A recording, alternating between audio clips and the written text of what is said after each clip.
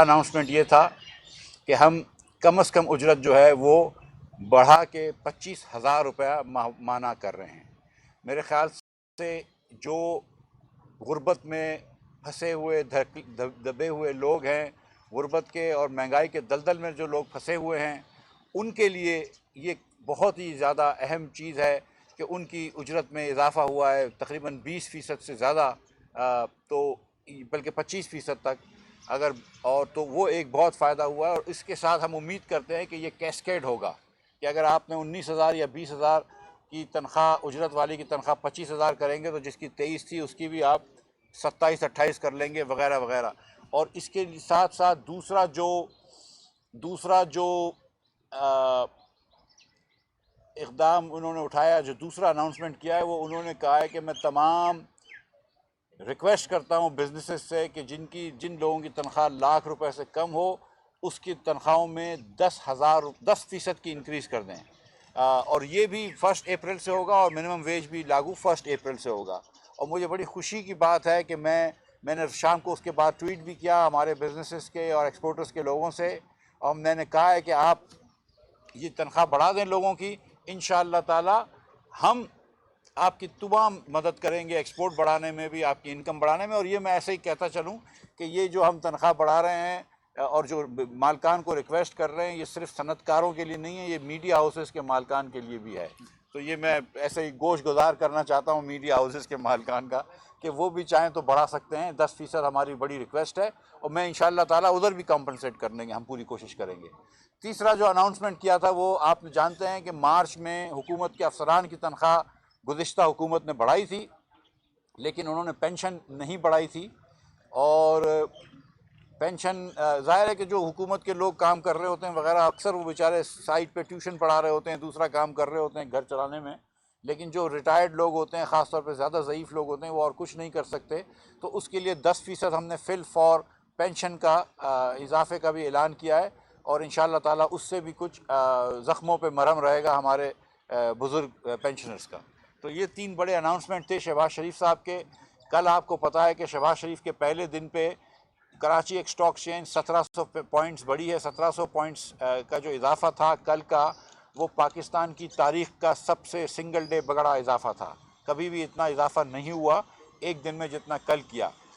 और जो हैरत की बात है वो ये है कि जब जिस दिन भी इतना इजाफा होता है उसके दूसरे दिन अक्सर थोड़ी सी प्रॉफिट टेकिंग होती है और मार्केट कम होती है। लेकिन आज फिर मार्केट जो है वो 333 पॉइंट एक्चुअल ऊपर बंद हुई है, जिसको लेकिन वो आखिरी एवरेज करा तो उन्होंने 270 पॉइंट पे बंद हुई है।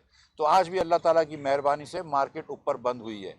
कल डॉलर जो था वो नीचे आ गया था, 190 की जो सतह पे डॉलर था वो नीचे आके 183 रुपये, 182 रुपये 80 पैसे 90 पैसे पे बंद हुआ है कल शाम में। आज की खबर यह है कि वो जो 90 पैसे थे वो भी उड़ गए हैं। दिन में 181 रुपये 50 पैसे में भी ट्रेड किया, लेकिन इस वक्त मैंने आखिरी चेक किया है तो 182 रुपये 3 पैसे पे था। तो आज फिर 90 पैसे टूटा है।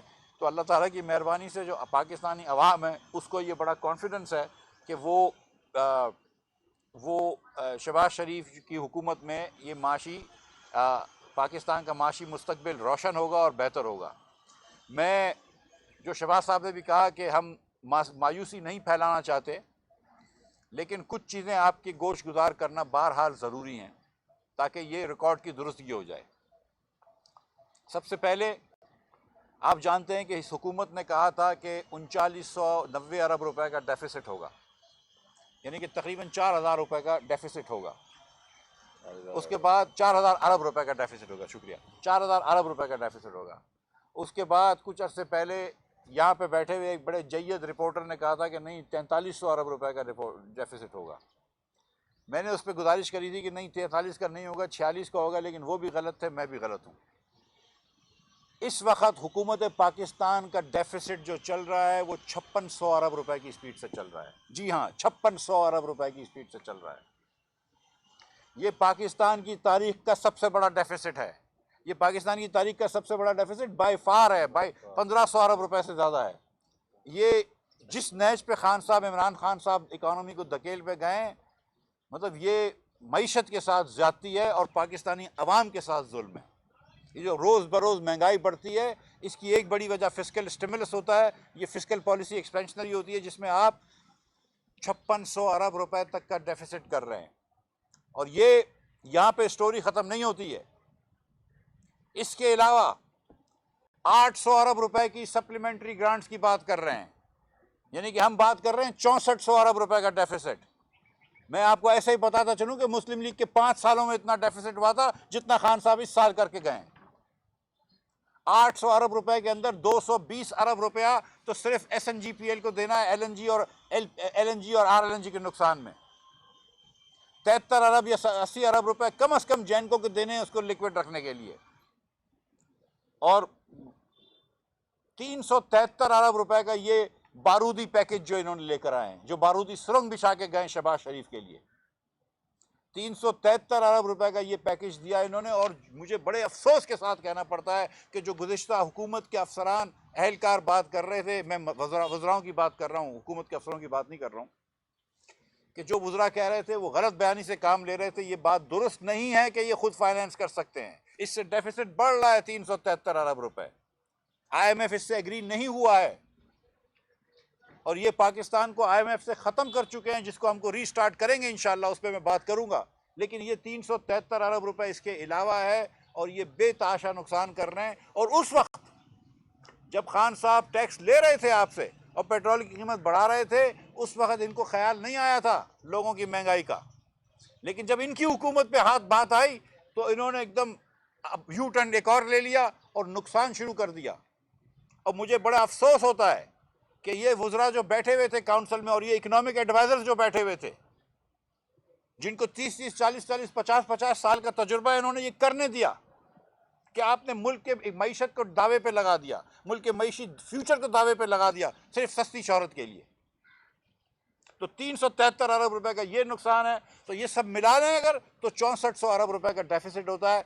मैं और हम शहबाज शरीफ इंशाअल्लाह ताला पूरी अंत तक मेहनत करेंगे, कोशिश करेंगे कि इस डेफिसिट को काबू में लाएं, वरना ये डेफिसिट पाकिस्तान को जहां लेके जाएगा, मैं उधर नहीं लेके जाना दूंगा पाकिस्तान को, उधर नहीं लेके जाएंगे इंशाअल्लाह हम पाकिस्तान को। ये हमारा मुल्क है, इसको संवारना हमारी जिम्मेदारी है और हमने ये हुकूमत ली है अपनी मेहनत से और इंशाअल्लाह इसको बेहतर करके दिखाएंगे।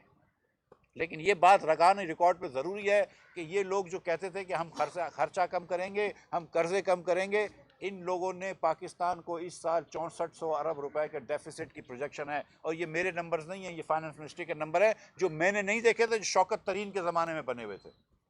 ये मिफ्ता इस्माइल ने नंबर नहीं बनवाए। और ये बात कर रहे थे कि हम खर्चा करेंगे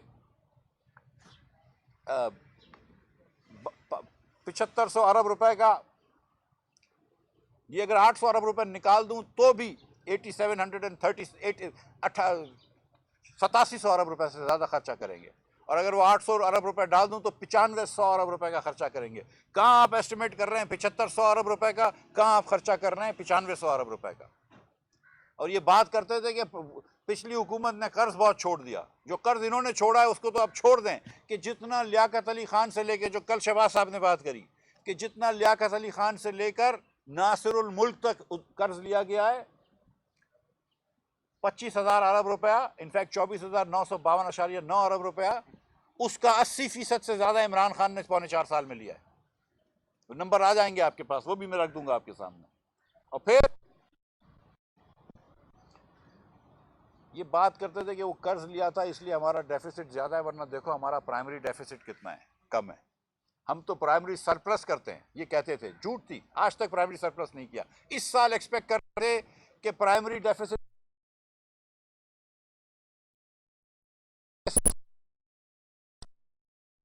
इनकी हुकूमत के अंदर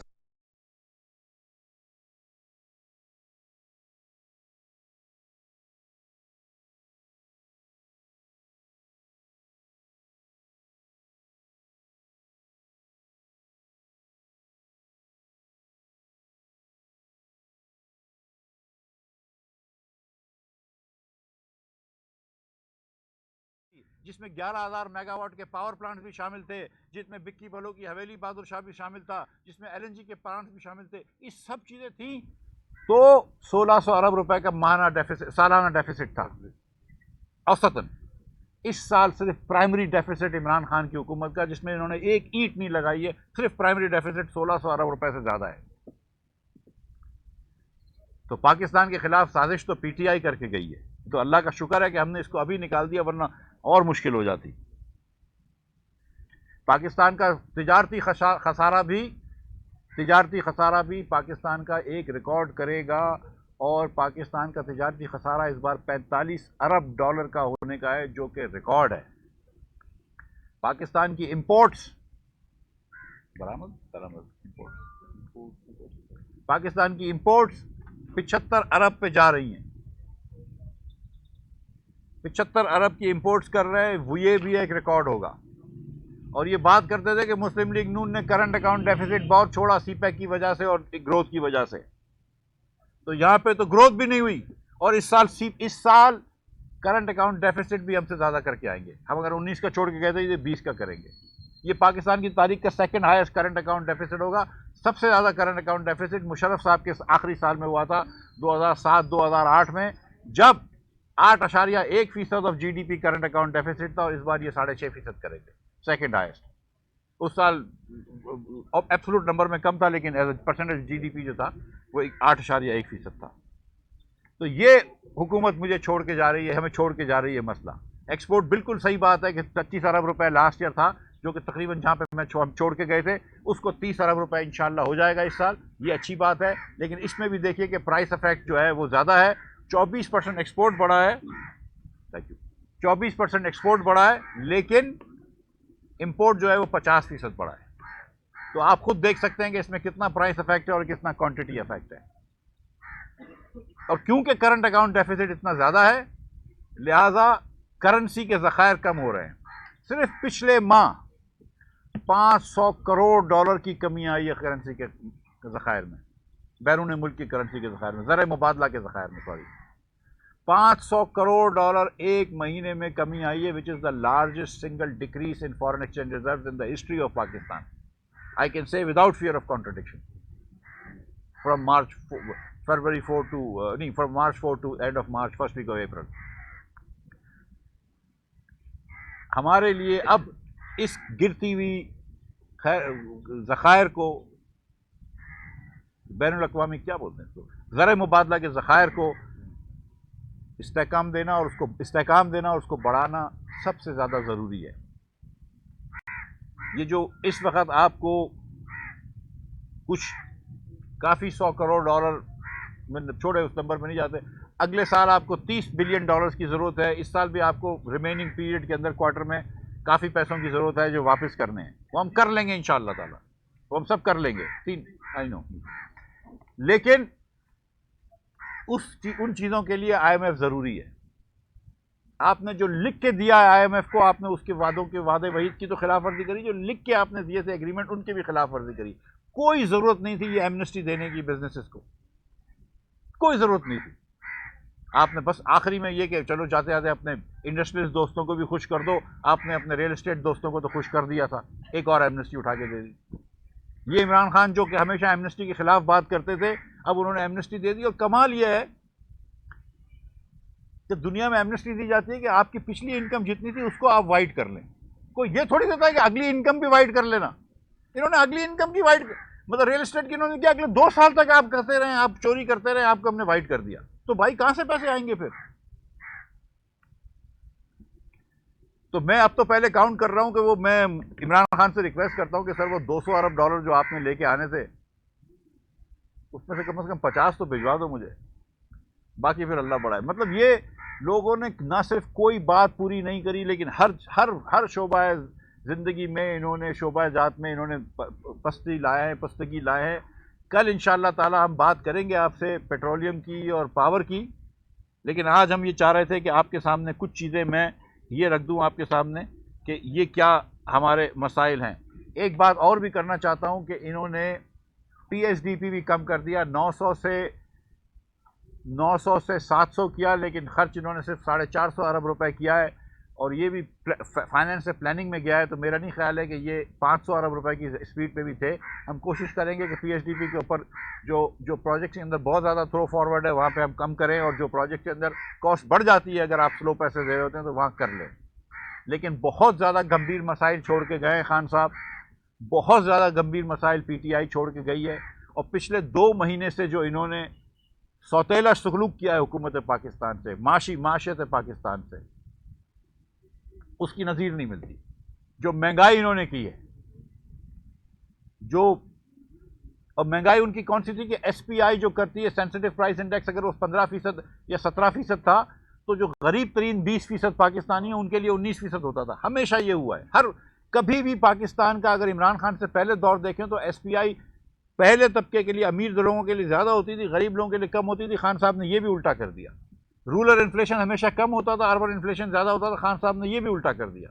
फूड इन्फ्लेशन को आम इन्फ्लेशन से ज़्यादा कर दिया, यह भी उल्टा कर दिया। हर जगह इन्होंने गरीब को मारा है और अमीर को आसानी की है। मैं चाह रहा हूँ कि थोड़ी थोड़ी देर मेरे दोनों भाई भी आपसे बात करें। मुसद्दिक साहब पहले आप बात कर लें, मैं यूँ कर दूँ या आप करें?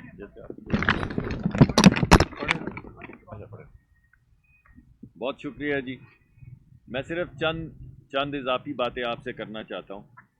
पहली बात तो मैं आपको ये कहना चाहता हूँ कि अगर आप घर भी चलाते हो और आपका ख़र्चा बढ़ जाए और आमदन कम हो तो मुआशी बदहाली पैदा हो जाती है या आप दिवालिया हो जाते हैं। और अगर आप ये मिफ्ता साहब ने जितने भी आपको नंबर्स दिए हैं इनको समराइज़ करें तो आपको पता ये चलेगा कि मुल्क की आमदन कम हो गई और मुल्क के ख़र्चे बढ़ गए। किस हद तक बढ़ गए वो उन्होंने आपको बताया है। इस वजह से मुल्क जो है वो मुआशी बदहाली का शिकार हो चुका है। अब सवाल ये पैदा होता है नंबर्स को रिपीट किए बगैर कि ये मुआशी बदहाली क्यों पैदा हुई। हम ये समझते हैं कि ये मुआशी बदहाली इत्तफाकन नहीं है, या जो कहा जाता है कि ग्लोबल प्राइसेस बढ़ गई, सिर्फ उसकी वजह से नहीं है। ये मुआशी बदहाली हुकूमती पॉलिसीज़ की वजह से, यानी अगर आप 48 रुपए की चीनी जो है वो एक्सपोर्ट कर दें, पाकिस्तानी चीनी 48 रुपए में एक्सपोर्ट कर दें, और फिर बाहर से वही चीनी कुछ महीने के बाद 102 रुपए में इंपोर्ट करें, तो इसका को बैनुल अक़वामी कीमतों से तो कोई ताल्लुक़ नहीं। अगर आप सस्ता आटा, पाकिस्तानी आटा जो है या वीट, गंदम जो है, उसको एक्सपोर्ट कर दें और फिर दुगनी कीमत के ऊपर वही गंदम थोड़े महीने के बाद इंपोर्ट करें, तो इसका ताल्लुक़ बैनुल अक़वामी कीमतों से तो नहीं है। अगर आप $4 की एलएनजी ना ख़रीदें और फिर $22 की एलएनजी ख़रीदें और फिर $36 तक भी ना ख़रीद सकें, तो इसका ग्लोबल प्राइसेस से तो कोई इतना गहरा ताल्लुक़ नहीं है। जब आपको मुआयदा ऑफ़र किया जा रहा था, कई सालों का मुआयदा ऑफ़र किया जा रहा था, तो $4 में गरीब लोगों के लिए वो एलएनजी ख़रीद लेते, मगर नहीं ख़रीदी।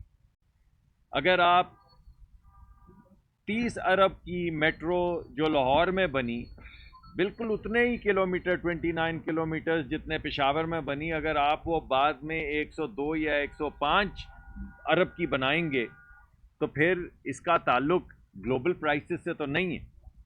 तो ये तमाम वो पॉलिसीज़ हैं जिनके नतीजे में हम मुआशी बदहाली का शिकार हुए।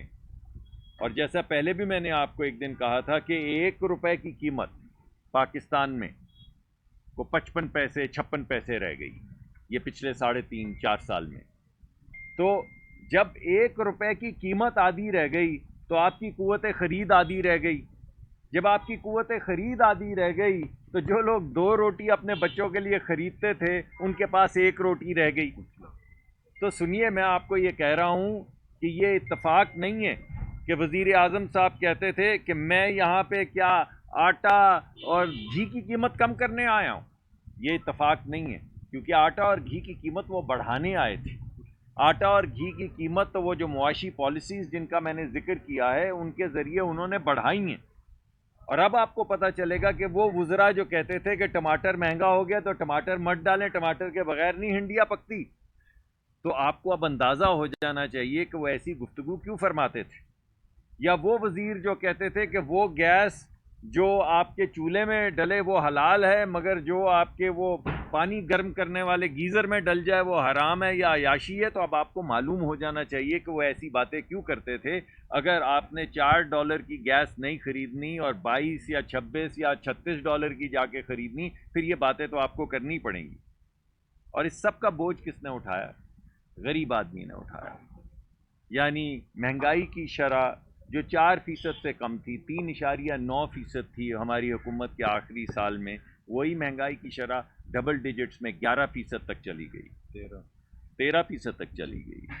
और वो खाने पीने की अशिया जो सिर्फ गरीब लोग खाते हैं, जिसका जिक्र अभी कर रहे थे, जो 2.3% हुआ करती थी, वो 10.2% पे चली गई। यानी चीनी की कीमत अगर 53 रुपये थी, 53 रुपीज़ थी, तो वो 100 रुपये हो गई। आटे की कीमत 10 किलोग्राम की अगर 360 रुपये थी पहले, तो अब वो 750 के करीब हो गई, 735 हो गई। घी की कीमत अगर 148 रुपये थी, तो वो 360 के करीब हो गई। चावल की कीमत 75 रुपये है, तो वो 117 हो गई। मुर्गी की कीमत 190 से 290 तक चली गई। यानी वो चीज़ें, इनमें से कोई अयाशी की चीज़ है, कोई ऐसी चीज़ है जो लोग ना खाएं? ये खाने की पीने की चीज़ें, अभी मैंने आपको पहनने की या घर बनाने की कीमत, उन चीज़ों का जिक्र नहीं किया। तो बुनियादी तौर पे हुकूमती पॉलिसी की वजह से और हुकूमती बदनवानी की वजह से ये मुल्क बर्बाद हो गया। ये पहला नुक्ता है। और दूसरा, उससे ज़्यादा अहम नुक्ता ये है कि इस बर्बादी का बोझ इस मुल्क के गरीब लोगों ने उठाया है। अमीरों को तो आपने 0% के ऊपर और 2% और 4% के ऊपर आपने पैसे लिए, बैनुल अक़वामी एजेंसियों से पैसे लिए कोरोना वायरस के लिए, कोविड के लिए। बजाय इसके कि आप सिर्फ गरीब को वो देते, आपने अमीरों को वो रिलीफ दे दिया। आपने 1, 2, 3, 4% कितना था मिफ्ता साहब वो परसेंट जो, हाँ, 1% के ऊपर आपने मुल्क के अमीर तरीन लोगों को वही पैसा जो है वो दे दिया। हम ये चाहते हैं कि मुल्क की सनत तरक्की करे, और हम ये चाहते हैं कि अच्छी उनको मुआशी पॉलिसीज़ आएँ जिससे वो इन्वेस्टमेंट्स करें, मगर गरीब के एक्सपेंस पे नहीं, टमाटर के, घी के, आटे के एक्सपेंस पे नहीं। तो इंशाल्लाह ये तमाम चीज़ें जो हैं ये बदलेंगी, और हम वो पॉलिसीज़ बनाएंगे जो गरीब के मुफाद में हैं और गरीब आदमी को रिलीफ देते हैं, जिसका कल मुज़ाहरा, अमली तौर पर मुज़ाहरा वज़ीर आज़म मियाँ शहबाज शरीफ साहब ने किया। बिस्मिल्लाहिर्रहमानिर्रहीम। मेरा ख्याल है मिफ्ता इस्माइल साहब ने डिटेल से और मुसद्दिक साहब ने बताया, लेकिन मैं इस हुकूमत की, चूँकि आज हम वो बात कर रहे हैं कि हम इधर पहुँचे कैसे थे, इतनी ज़्यादा तबाही हो। एक तो सबसे पहले बुनियादी चीज़ ये है कि कोई प्लान नहीं था, कोई प्रिपरेशन नहीं थी, और एक मस्त अंदाज़ था कि जी हम आएंगे और सब कुछ ठीक होना शुरू हो जाएगा। और वो जो प्लान का हिस्सा था जिसका जिक्र किया, $200 बिलियन वहाँ से आ जाएंगे, पता नहीं 12 बिलियन रुपए रोज़ करप्शन होती है वो बच जाएगी, $10 बिलियन की मनी लॉन्ड्रिंग होती है एनुअल, वो बच जाएगी। और इस किस्म के, और टैक्स इसलिए हमारे पास फर्स्ट ईयर में 4000 बिलियन से 8000 पहुँच जाएगा, चूँकि खान जो है वो सिंसेयर है और लोग लाइनें बना के खड़े हो जाएंगे। तो एक तो ये बुनियादी गलती इस अजम्पशन के साथ। दूसरी चीज़ें, फ़ैसले जो किए गए, IMF जाने के लिए 8-9 महीने लगा दिए। अगर जाना था तो आपने फ़ौरन जाना था, वरना आपने कुछ और उसका अल्टरनेट सोचना था। जाएं ना जाएं, जाएं ना जाएं, 8-9 महीने and a sacrifice of a finance minister, finance secretary और पता नहीं FBR चेयरमैन, क्योंकि वो सब परेशान थे कि जी क्या फ़ैसला करना है। दूसरा, उन्होंने जो पहले 8-9 महीने में जो फ़ैसले किए, एक तो इंटरेस्ट रेट्स हम जो छोड़ के गए थे 6.25% पर डिस्काउंट रेट स्टेट बैंक का, उसको बढ़ा के स्ट्रेट अवे लेके चले गए with in the first year double से ज़्यादा 13.25% पर। कभी किसी दुनिया में इतनी जल्दी इंटरेस्ट रेट्स अगर आप बढ़ाएंगे तो उससे क्या इकोनॉमी को और बिजनेसेस को अफेक्ट होगा। दूसरा जो किया उन्होंने, पहले साल में आके सबसे ज़्यादा मैसिव डिवैल्यूएशन की, अब उठा के उस वक्त कोई 100, हालांकि उस वक्त के फाइनेंस मिनिस्टर ने कहा कि 140 इज़ द इक्विलिब्रियम, वो राइट रेट है, और उसके बावजूद वो 160 से पहले साल में क्रॉस कर गया, फिर वापस आया, फिर। और जो सबसे ज़्यादा ख़राब बात थी इस हुकूमत के हवाले से, अगर हम सीधा सीधा देखेंगे, स्टॉक मार्केट देखें, इंडेक्स या करेंसी देखें, तो सिर्फ ये नहीं कि कितना बड़ा डॉलर और रुपए के तनासुब में, बट द वाइल्ड स्विंग्स जो हमने देखे, जिससे लोगों को और बिजनेसेस को समझ ही नहीं आ रही थी कि हम करें क्या।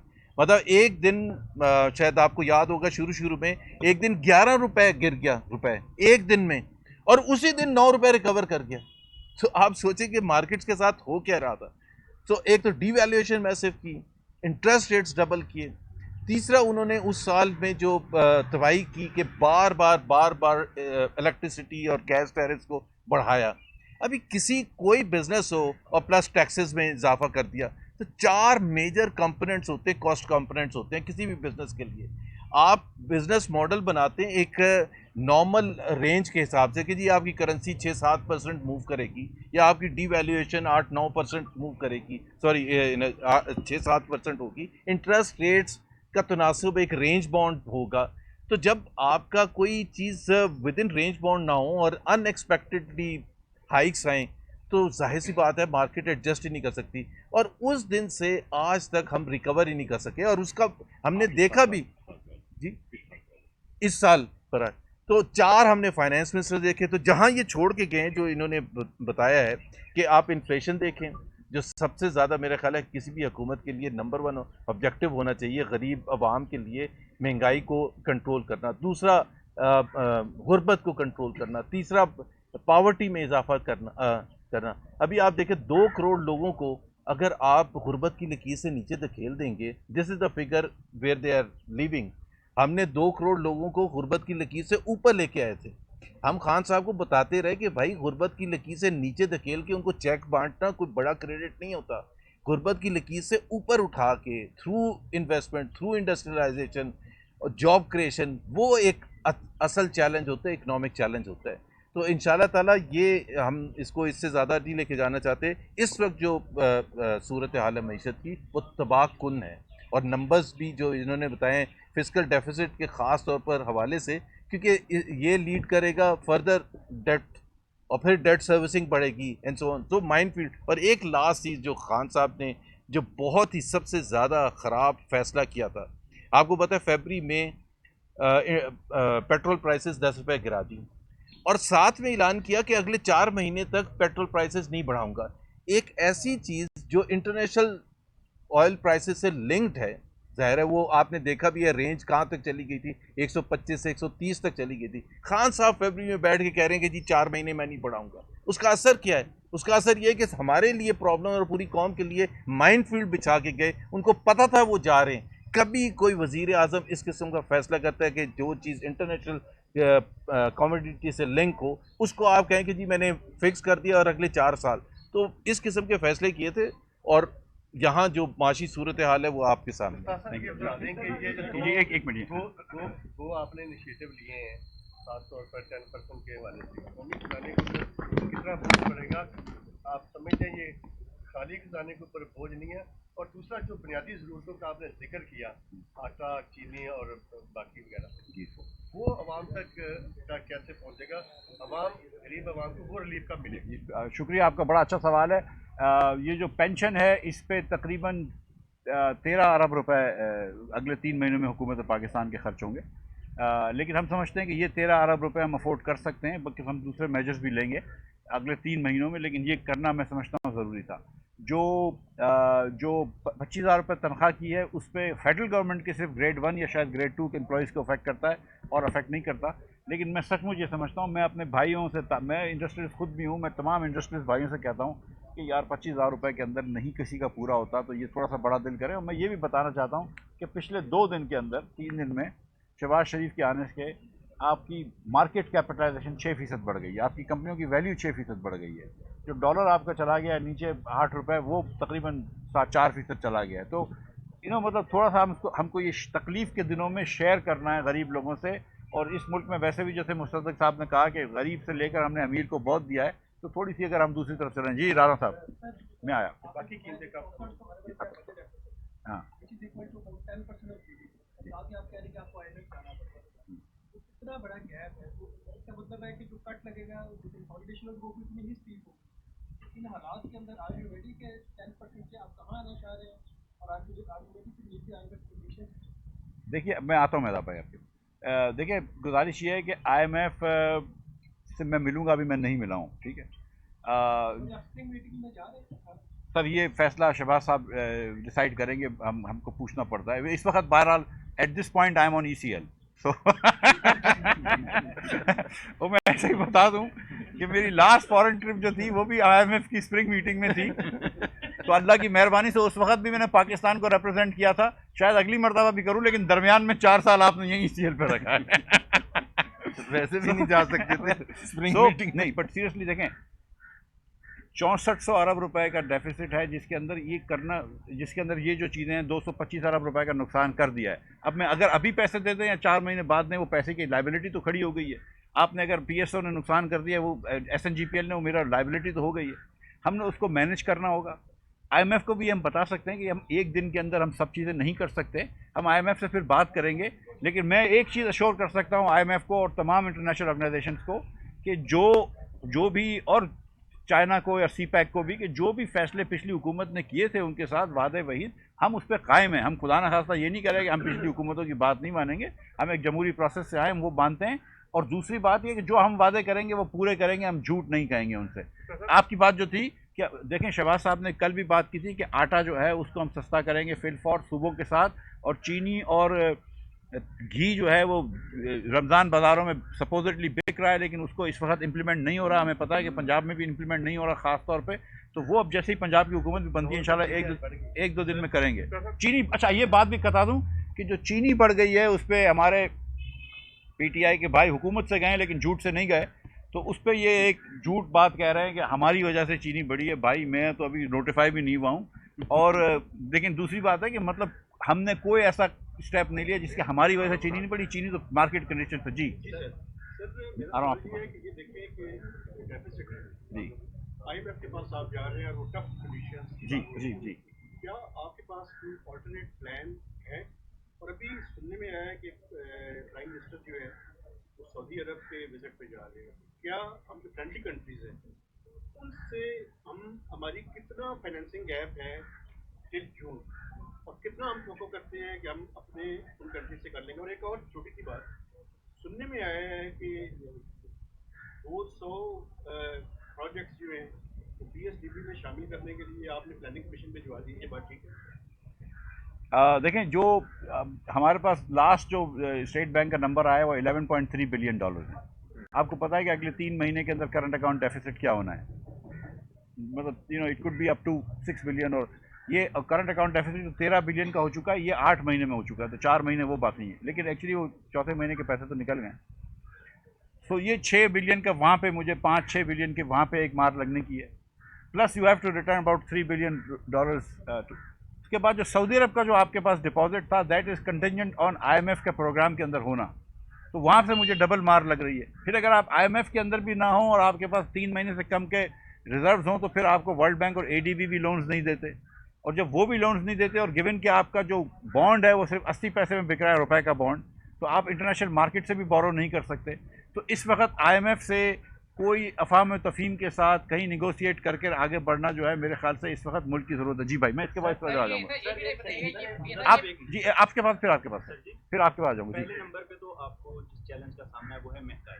जी, महंगाई इस वक्त की 12% से ज़्यादा है। जी, इसी सूरत हाल में अभी आप तीनों की गुफ्तगू से ऐसा लगा कि जैसे पेट्रोलियम मसनूआत की कीमतें बढ़ेंगी।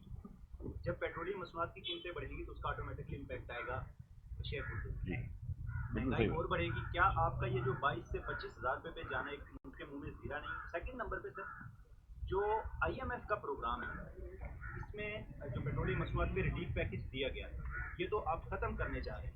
इसके अलावा अब जो नया पैकेज आएगा उसमें कौन सी टर्म एंड कंडीशन ऐसी होंगी कि जो आवाम के लिए बहुत ही सहूलतमंद होगी?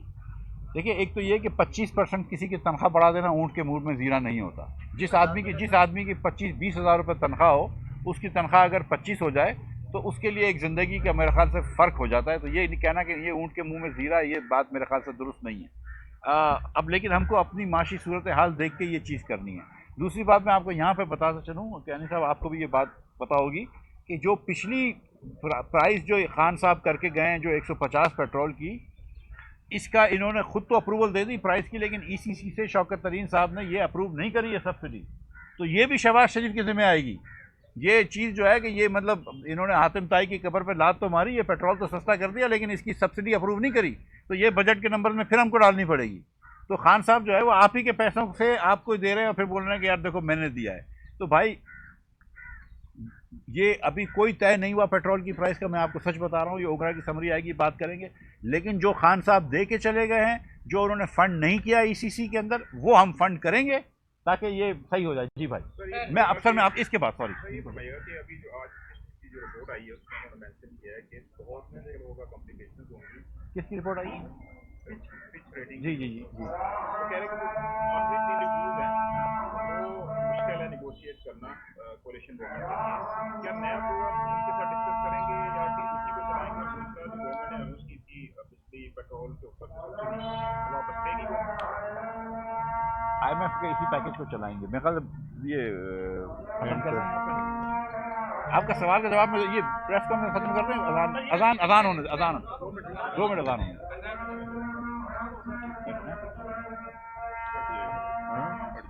हाँ वही कट जाएगी, कोई बात नहीं, कट जाएगा।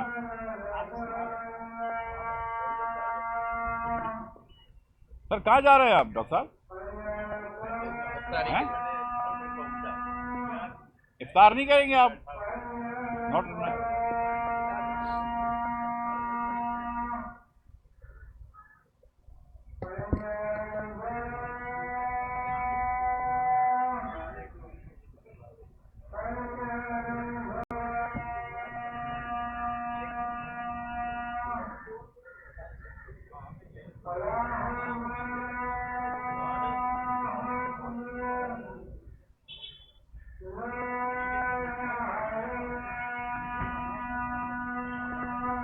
ये पता नहीं। वापस मैं आपके सवाल का जवाब जो पहला है कि 3 रिव्यूज जो हैं उसको हम पूरा करेंगे बात का। जी अब सर फरमाइए। अच्छा सर, ये बताइएगा कि जिसने दुबैर साहब ने बताया था कि डिस्काउंट रेट ना बढ़ा दिया था, डिवैल्यूएशन करेंसी, क्योंकि गवर्नर स्टेट बैंक इसमें रिस्पॉन्सिबल थे और उन्हें IMF का पर्सन तस्वर किया जाता है। आप उनको कंटिन्यू करेंगे या आप उनको रिप्लेस करेंगे? और दूसरी बात ये, हाँ टेन्योर खत्म हो रहा है। और दूसरी बात ये कि ये IMF का जो प्रोग्राम है जिसको एक पॉलिटिकल IMF कहा जाता है, तो ये आपके इस पे या इन चीज़ों के ऊपर भी असरअंदाज हो सकता है या नहीं सकता? ये देखिए, एक दूसरा वाला जवाब आपको पहले दे देता हूँ। अच्छा नहीं, पहले वाला दे देता हूँ। देखें, गवर्नर साहब का मेरे ख्याल 4 या 5 मई को आपकी बात है, दुरुस्त है कि वो ख़त्म हो रहा है। मेरी आज गवर्नर साहब से बात भी हुई है फ़ोन पे, इस मौजू पे नहीं हुई। ये फैसला जो है ये मेरा नहीं है, सच्ची बात मैं आपको बताऊं, ये शहबाज शरीफ साहब का फैसला है। ये हम में से कोई भी यहाँ पे बैठा है, प्राइम मिनिस्टर साहब का फैसला है। आपकी बात बिल्कुल दुरुस्त है। मैंने तो बिल्कुल, मैं जो स्टेट बैंक का बिल था उस पर मैंने काफ़ी तनकीद की है, इसमें कोई बहस नहीं है, ठीक है।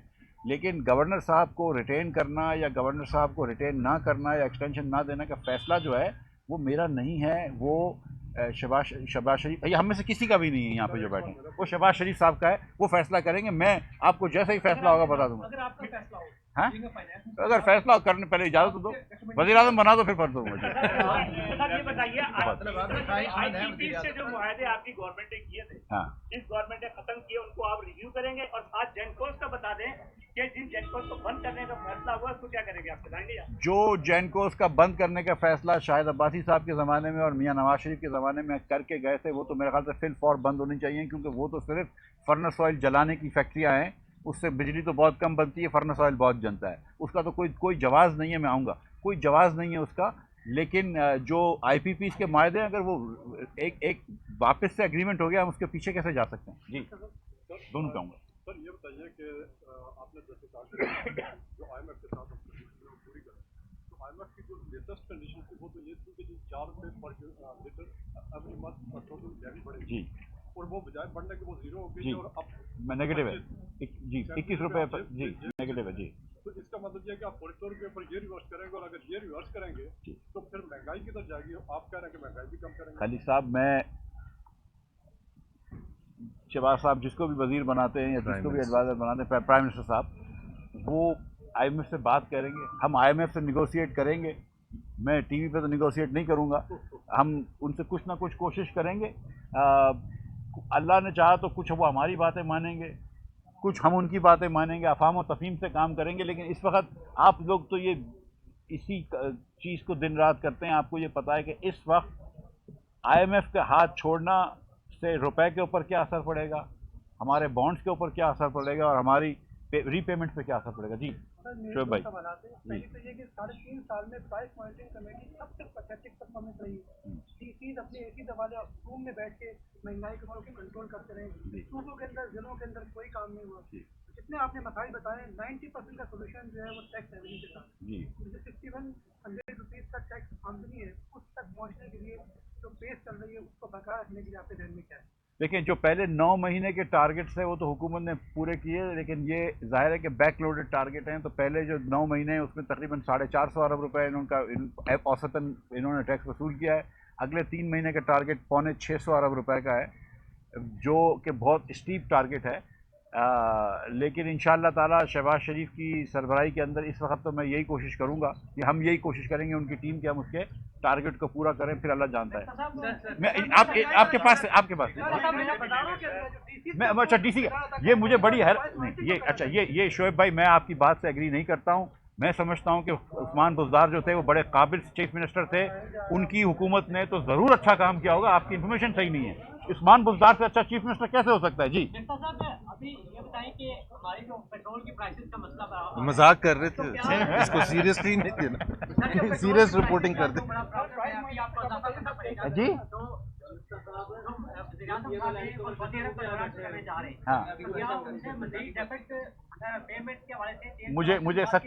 मुझे सचमुच नहीं पता कि वो सऊदी अरब का दौरा करने जा रहे हैं या नहीं। मुझे लगता है कि वो जाएंगे, अमूमन रमज़ान उल मुबारक का महीना भी है, तो लेकिन मुझे पता नहीं है। जी मैं आखिरी 2 सवाल। एक तो ये है कि आपने इकॉनमी को ठीक करने के लिए कहा कि आप मसाइल पैदा करने की कोशिश करेंगे मालियाती इदारों से या तो एक दूसरी साइड ये है कि हम अपने खर्चे भी कम करें। जी तो ये जो भैया इस तरह के इदारे हैं जिसमें 400 रुपये भी आपने दिया, वो बैठे में मास्टर साहब, इस तरह के कुछ इकदाम दें जी। मैं आज सुबह शहबाज साहब ने हम सबको बुलाया था, और अपनी पूरी माशी टीम, डॉक्टर आयशा पाशा भी थी, मुसद्दक साहब भी थे, शदा ख्वाजा साहिबा भी थी, फाइनेंस सेक्रेटरी साहब भी तशरीफ़ लाए थे, दीगर और लोग थे, अली परवेज़ साहब भी थे। तो शहबाज साहब ने 2 जो हिदायत हमें दी हैं, एक तो ये कि ये चाह रहे हैं कि एग्रीकल्चर में बहुत ज़्यादा इन्वेस्टमेंट हो और एग्री बेस्ड इंडस्ट्री लगे, जिसके ख़ास तौर पे मिडल ईस्ट के अंदर जिसकी मार्केट्स हों। दूसरा उन्होंने कहा है कि मैं फिल फॉर यानी कि थोड़े दिनों में एग्रीकल्चर समिट करूंगा और बिज़नेस समिट करूंगा, जिसमें बिज़नेस के अंदर एक्सपोर्टर्स और लोकल इंडस्ट्रीज़ दोनों को बुलाएंगे। उससे पहले एग्रीकल्चर समिट करेंगे। हम $8 अरब का पिछले साल खान साहब की हुकूमत में, हम अपने आप को एग्रीकल्चर कंट्री कहते हैं, लेकिन $8 अरब का हम एग्रीकल्चर प्रोडक्ट इम्पोर्ट कर चुके हैं।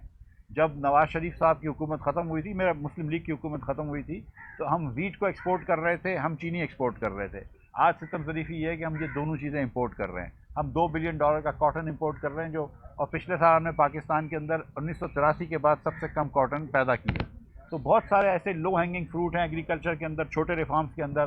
फार्मर्स को हम कुछ बेहतरी लेके आएंगे, उनके बिजली के निर्ख भी देखेंगे, दीगर चीज़ें भी देखेंगे इंशाअल्लाह ताला। आप देखेंगे कि और निचकारी के अंदर देखें, निचकारी के अंदर 2 जो यूनिट्स आप बात कर रहे हैं, स्टील मिल और PIA, उस पर एक मरतबा मैंने कुछ कहा था, वो आज तक मेरी जान नहीं छूटी है। तो अब ना कहना। लेकिन PIA भी नुकसान करता है, स्टील मिल भी नुकसान करता है। इसकी निचकारी करने से मेरे ख्याल से बेहतरी होगी, without putting in Jeopardy the jobs of people. हम सेफ गार्ड कर सकते हैं हमारे भाइयों बहनों की रोज़गार, और उसके बाद उसकी निचकारी की तरफ जा सकते हैं। और साथ साथ जो आपके डिस्कोज हैं, ये मेरा ताल्लुक़ नहीं है पावर सेक्टर से, लेकिन मेरा ये ख्याल है, मेरा अगर शहबाज साहब पूछेंगे तो, प्राइम मिनिस्टर साहब पूछेंगे तो ओपिनियन दूंगा कि आप सूबों को भी ऑफर कर सकते हैं कि अगर वो अपने अपने डिस्कोज लेना चाहें तो ले लें। जी सर मैं आया जी सर, ये बताइए कि अमेरिकी साजिश तो कामयाब हो गई कि अदम जी कामयाब हो जी, गई, तो अमेरिका क्या देने जा रहा है? ये मैं पूछता हूँ जी, आप एक साथ ही बताएं कि गरीब बंदा जो है उसको ये टेक्निकल चीज़ें समझ नहीं आती है, वो इस वक्त सबसे ज़्यादा पिस रहा है महंगाई की चक्की। आप अभी तक तो जो मुझे समझ आई है वो मिलते तरले ही हैं कि फलाना भी 10% बढ़ा दे, उससे रिक्वेस्ट करेंगे, फलाना भी 10%, और पहली गवर्नमेंट भी यही करती रही है मिलते। मैं आगे आपका वे फॉरवर्ड क्या है सर, पॉलिसीज क्या है वो बताइए। भाई मिलते तरले नहीं कर रहे, हमने कहा है कि हम मिनिमम वेज जो है कानून साजी करेंगे, अगले 2-3 दिन के अंदर कानून साजी हो जाएगी। ये तो हुकूमत पाकिस्तान अपनी रेट इस्तेमाल करके कीमत बढ़ाएगा। ये जो बात कर रहे थे, जस्ट टू सीरियसली आंसर, आज भी शहबाज साहब ने ये बात करी है। हम प्राइस मॉनिटरिंग कमेटी भी लेके बैठेंगे, हम सूबों के अंदर भी अपने जो है डिप्टी कमिश्नर्स और दूसरों को भेजेंगे, और शहबाज साहब ने ये भी कहा है कि अपने MNAs और MPS से भी हम कहेंगे हमारी पार्टी के ऊपर तो इन्होंने इंस्ट्रक्शन दी है, लेकिन एलाइज पार्टी के भी एमएनएस एमपी से गुजारिश करिए कि आप मार्केट में जाएं, 1 मिनट में आप मार्केट में जाएं और इंशाअल्लाह ताला इसको बेहतर करेंगे। आप जो पूछ रहे थे कि अमरीकी साजिश, यार ये मुल्क में मैं आप इतनी सी बात करना चाहता हूँ कि इतना झूठ बोला जाता है। और हम मतलब वो एक ज़माने में जब बच्चे होते थे तो वो अमेरिका में वो टूथ फेरी की बात होती है, सेंटा क्लॉज की बात होती है, यहाँ पे परियां होती हैं, भूत की बातें होती हैं, परियों की कहानियाँ होती हैं। जब आप 6-8 साल के होते हैं परियों की कहानी होती है। जब 12-15 साल का बच्चा होता है वो भी ये नहीं करता। कभी मैंने नहीं देखा कि इतनी उम्र के मैच्योर लोग परियों की कहानियाँ करें। लेकिन आप ये अमरीकी साजिश आ गई, पहले अचानक बोला कि हमने पैसे दिए, फिर बोला अमरीकी साजिश आ गई, वो 25 दिन बाद हुई। और साजिश करने वाला किसके खिलाफ साजिश कर रहा होता है उसको बताता है बुला के कि यार हम तेरे खिलाफ साजिश कर रहे हैं। ये खान साहब जो है वो पागलपने वाली बातें कर रहे हैं, वो तो जानबूझ कर झूठ बोल रहे हैं। लेकिन हम लोगों को तो उस चीज़ को सीरियस नहीं लेना चाहिए। एक मैं इसमें इजाफा करूंगा, एक मैं इजाफा करूंगा ये इस क्वेश्चन में। देखें, जो जिस वोट्स की वजह से खान साहब गए हैं उसमें सिर्फ फ़र्क ये था हम तो थे ही ऑपोजिशन में, तो हमारे साथ तो वो साजिश नहीं ऑफर करेंगे, हम तो थे ही ऑपोजिशन में। एक एमक्यूएम उनकी इत्तेहादी जमात और एक बाप उनकी इत्तेहादी जमात। तो अगर साजिश की आप ये उन पर इल्ज़ाम लगा रहे हैं जो आखिरी दिन तक, तकरीबन आखिरी हफ्ते तक पीटीआई की इत्तेहादी जमात। जी दोनों से पूछ लूँगा जी, आखिरी 2 सवाल। जी वो भी कहते थे कि हम IMF को मनवा लेंगे, आपका इस वक्त लगता है पूरा डिपेंडेंट IMF। इस दफा ऐसा क्या फंडामेंटल चेंज हो गया है कि IMF आपकी बात सुन लेगा? सर इसमें एक आखिरी सवाल ऐड कर दीजिएगा।